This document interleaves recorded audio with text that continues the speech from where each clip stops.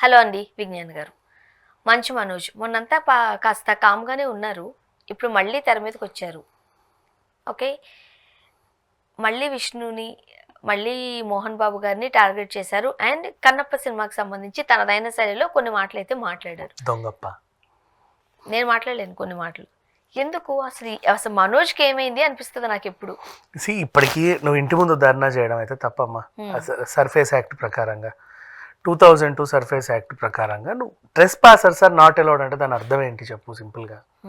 నువ్వు రావద్దు ఇక్కడికి. ఇప్పుడు ఎంటీ ల్యాండ్ ఉంది, ఎవరో పిల్లలు వెళ్ళి కుర్రోళ్ళు వెళ్ళి అక్కడ కూర్చొని చేపపరుచుకొని తాగుతా ఉంటారు, లేకపోతే పేకట ఆడుతూ ఉంటారు. వాళ్ళంతా trespassers, they are not allowed. నేను this land belongs to me అని బోర్డు పెట్టిన తర్వాత నువ్వు రావడానికి వీల్లేదు, రావద్దు అంతే.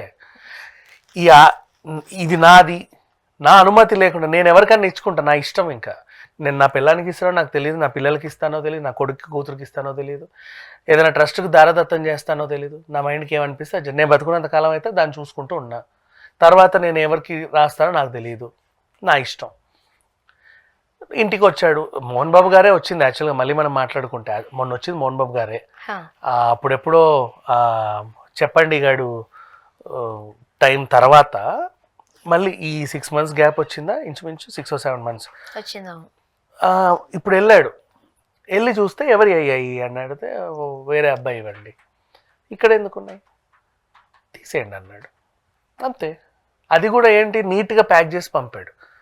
ఇప్పుడు అబ్బాయి పలుకుతున్నాడా, అబ్బాయి లేడు అంటే ఒక కానిస్టేబుల్ తెచ్చి పలానా అబ్బాయి ఎవరో మా సామాన్లు పెట్టాడండి, మాకు రెస్పాండ్ అవ్వట్లేదు, మీ కానిస్టేబుల్ మీరు చూడమే ఇక్కడ పెడుతున్నాము, లేదు ఇక్కడ పంపిస్తున్నాము అని చెప్పొచ్చు. లేదు అంటే అబ్బాయి ఫోన్ లేపాడండి పలానా చోటు ఉన్నాడు అంటే నిజంగా నీట్గా పంపడం, కంటైనర్లో పంపించేసాడు. కార్ పార్కింగ్ కూడా చేయొద్దు మా, అక్కడ నుంచి తీసేయాలి. తీసేయడ పెడతాం మనం, అక్కడ పెడితే ఆ పక్క ల్యాండ్ రోడ్ గొడవ చేస్తాడు, ఈ పక్క పెడితే ఈ పక్క ల్యాండ్ రోడ్ గొడవ చేస్తాడు. అక్కడ ఇక్కడ పెట్టడానికి కూడా లేదు, ఇచ్చేయాలి అబ్బాయికి. మనం ఏమైనా ఉన్నాయా తీసి పక్కన పెట్టండి, ఆ పిల్లోడు ఏమైనా ఉన్నాయా ఇచ్చేయండి. అంటే ఇల్లు ఇచ్చినప్పుడు మన సామాన్లు కూడా ఏవో ఒకటో రెండో ఉంటాయి కదా, ఏదో ఒకటి చాలా నీట్గా పంపితే అక్కడ కూర్చొని నాకు న్యాయం కావాలి, న్యాయం కావాలి. నీదిగా ఇంటి దగ్గరికి వెళ్ళి నువ్వు న్యాయం అడుగుతావు, హౌ డేర్ యూ? నీకెలా అంటే ఏమను? ఇప్పుడు నువ్వే నీ ఇంటికి వచ్చేసన్నా, నేను కూర్చున్నా నీ ఇంట్లో, ఇది నాది అంట, నువ్వు పొమ్మంటావు, మెడబట్టి కూడా గెంటేస్తావు నువ్వు మీ ఆయన కలిసి నన్ను. నీ ఇంటి ముందు కూర్చొని నేను బోర్డు పెట్టుకుని ధర్నా చేస్తాను, నన్ను రానివ్వాలి లోపలికి. నీది కాదు కదా. అంటే ప్రతి ఒక్కరికి అర్థమవుతుంది కదా ఇది. తిరిగే పెద్దగా మనం ఏం చదువుకోక్కర్లేదు. జ్ఞానం ఉన్న ప్రతి ఒక్కరికి కూడా ఇప్పుడు ఆస్తులు ఏవైనా ఉంటే తాతల నుంచి వచ్చిన ఆస్తి అయితే మన వాళ్ళకి వస్తుంది. తండ్రి కష్టార్జితం స్వహస్తాలతో సంపాదించుకున్నది అని అంటే ఆయన ఎవరికి ఇవ్వాలనుకుంటే ఆయనకి ఇవ్వచ్చు. రోడ్డు మీద వెళ్ళే వాళ్ళకి పిలిచి ఇచ్చేసినా ఎవ్వరు అడిగేది లేదు. అది తెలిసిన మనోజ్ గారు ఎందుకు ఇలా బిహేవ్ చేస్తున్నారు అంటే జనాలకి ఎమోషనల్గా ఒకటి కనెక్ట్ చేయాలి.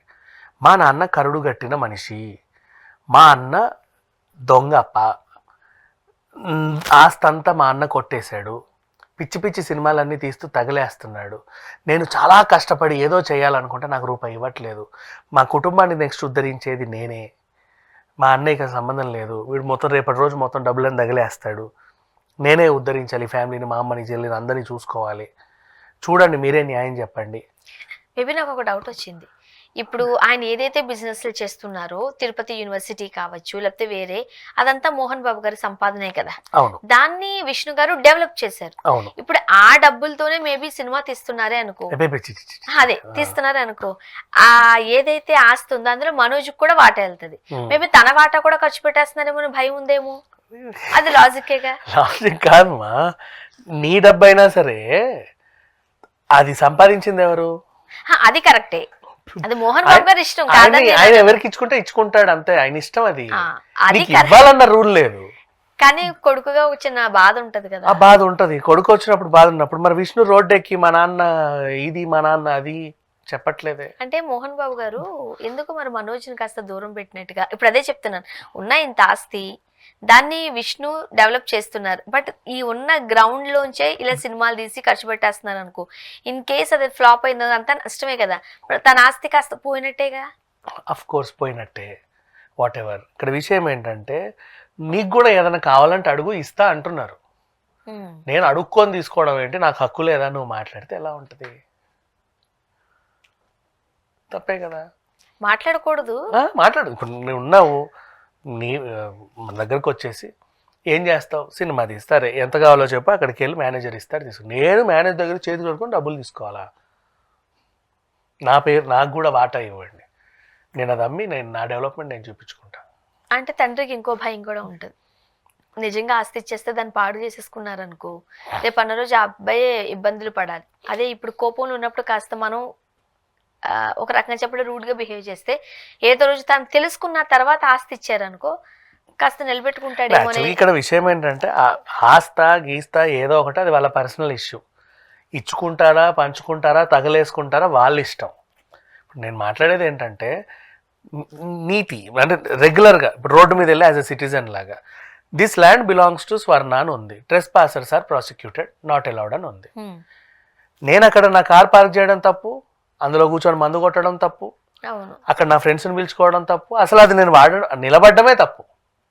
అండ్ సర్ఫేస్ యాక్ట్ ప్రకారంగా ఇట్లాంటి వాళ్ళకి ఒక యాక్ట్ వచ్చింది 2002లో. నువ్వు వేరే వాళ్ళ ల్యాండ్లో ఉంటే, వాళ్ళ పర్మిషన్ లేకుండా నువ్వు ఉంటే, నిన్ను అలా ఎత్తి బయటపడేసే హక్కు కూడా వాళ్ళకు ఉంది. ఇప్పుడు నీ ఇల్లు తాకట్లో ఉంది, డబ్బులు కట్టట్లేదు, బ్యాంక్ కూడా జప్తు చేశాడు, నేను కదలలేదు, నా ఇల్లు నేను ఇక్కడే కూర్చుంటా అంటే నిన్ను ఇట్లా లేపి కూడా బయట వేయచ్చు. ఆ చట్టం కూడా ఉంది. ఇన్నున్న తర్వాత కూడా నువ్వు మళ్ళీ పాకలాడుకుంటా ఇంటి ముందుకు వెళ్ళి ధర్నా చేస్తున్నావు. అంటే నాకేదో అయిపోయింది, మమ్మల్ని ఏదో సర్వనాశనం చేస్తున్నారు, నా బతుకు రోడ్డు మీద వేసారు అని పోర్ట్రే చేయాలని ట్రై చేస్తున్నావు. బట్ ఆ సింపతి వర్కౌట్ అవ్వట్లా, అసలు వర్కౌట్ అవ్వట్లా. ఎందుకంటే ఈయన ఇక్కడ ధర్నా చేస్తున్నాడా, వాళ్ళు ఆనందంగా మా రిలీజ్ డేట్ June 27 అని ప్రకటించుకున్నారు, యూపీ సీఎంని వెళ్ళి కలిశారు, ఇంకేమైనా కార్యక్రమాలు ఉంటే చూసుకుంటారు. ఇది పట్టించుకోవాల్సిన అంశం ఏం కాదు కదా. ఒక చిల్లర గొడవ అటెన్షన్ ఇవ్వట్లా. నేను ఇంత కష్టపడి ఇంత చేసి చెమట వచ్చి ఎండలుగా వాళ్ళకి ఈడ కూర్చుంటే కదిలిరా నేను వస్తే రావా నువ్వు?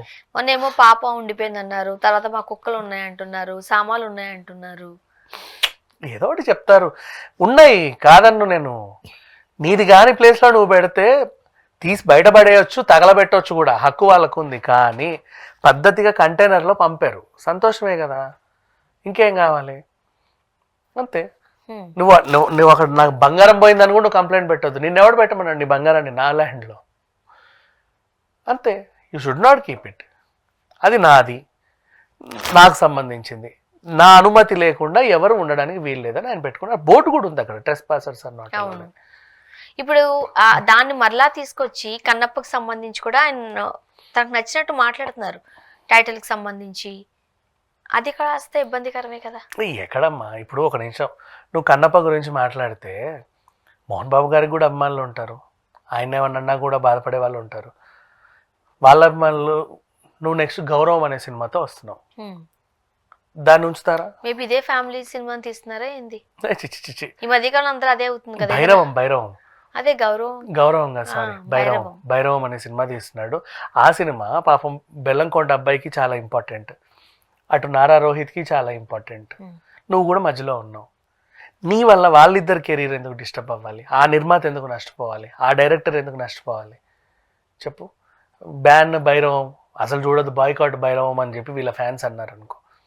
ఫ్యాన్సే కాదు, వీళ్ళని అభిమానించే వాళ్ళు, అంటే సినిమా పరంగానే కాదు, వీళ్ళు చేసే మంచి పనులకో లేకపోతే సొసైటీలో వీళ్ళకున్న గుర్తింపుతోనో ఆ సినిమా వద్దు దన్నారు అనుకో, ఏదో రకంగా ఇబ్బంది అవుతుందిగా. ఎందుకు అలాంటి ఇబ్బందులు తెచ్చుకోవడం?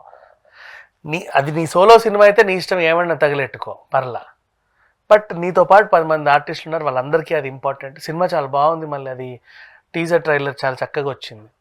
అంటే ఇదేదో పండుద్ది అనేలాగా మనోజ్ యాక్షన్ కూడా చాలా బాగుంది, ఏ మాట కామాట. ఈ పిల్లోడ్ యాక్టింగ్ కూడా బాగుంది, బాగాలేదని అట్లా నిజంగా బాగానే ఉంది. ఒక రకంగా చెప్పంటే కంపేర్ చేసాం అనుకో, విష్ణు గారి యాక్టింగ్ కన్నా కూడా మనోజ్ ఫేస్ లో ఎక్స్ప్రెషన్స్ పలుకుతాయి, ఏ మాట ఎవరి పందా బాగా చేస్తాడు అబ్బాయి. ఇప్పుడు బెల్లంకొండ ఇద్దరు పిల్లల్లోనూ కూడా పెద్ద అబ్బాయి కంటే చిన్న అబ్బాయి యాక్షన్ బాగానే ఉంటుంది. అల్లు అర్జున్ ఫ్యామిలీలోనూ కూడా తమ్ముడు కంటే అన్న యాక్టింగ్ కొంచెం బాగానే ఉంటుంది. అఖిల్ వాళ్ళ ఫ్యామిలీలో కూడా కొంచెం వాళ్ళకంటే వీళ్ళకంటే వాళ్ళు వేరియేషన్స్ ఉంటాయి. రానా దగ్గుపాటి కన్నా కూడా వాళ్ళ తమ్ముడు యాక్టింగ్లో రానా బాగా చేస్తాడు. అవును. అట్లా అందరిళ్ళల్లో ఉంటాయి. ఒకరు చేసినట్టే అందరు చేయాలని ఏం లేదు. కాకపోతే ఎవరి తీరు ఎవరి తెన్ను వాళ్ళది. వాళ్ళని నువ్వు ఇబ్బంది పెట్టడం తప్పు. కానీ ఎన్ని చేసిన మనోజ్ దానికి సంబంధించి ఎవరు స్పందించట్లేదు, మాట్లాడట్లేదు, అసలు పట్టించుకోవట్లేదు. ఇంకా చెప్పాలి. అదే చూద్దాం. Thank you.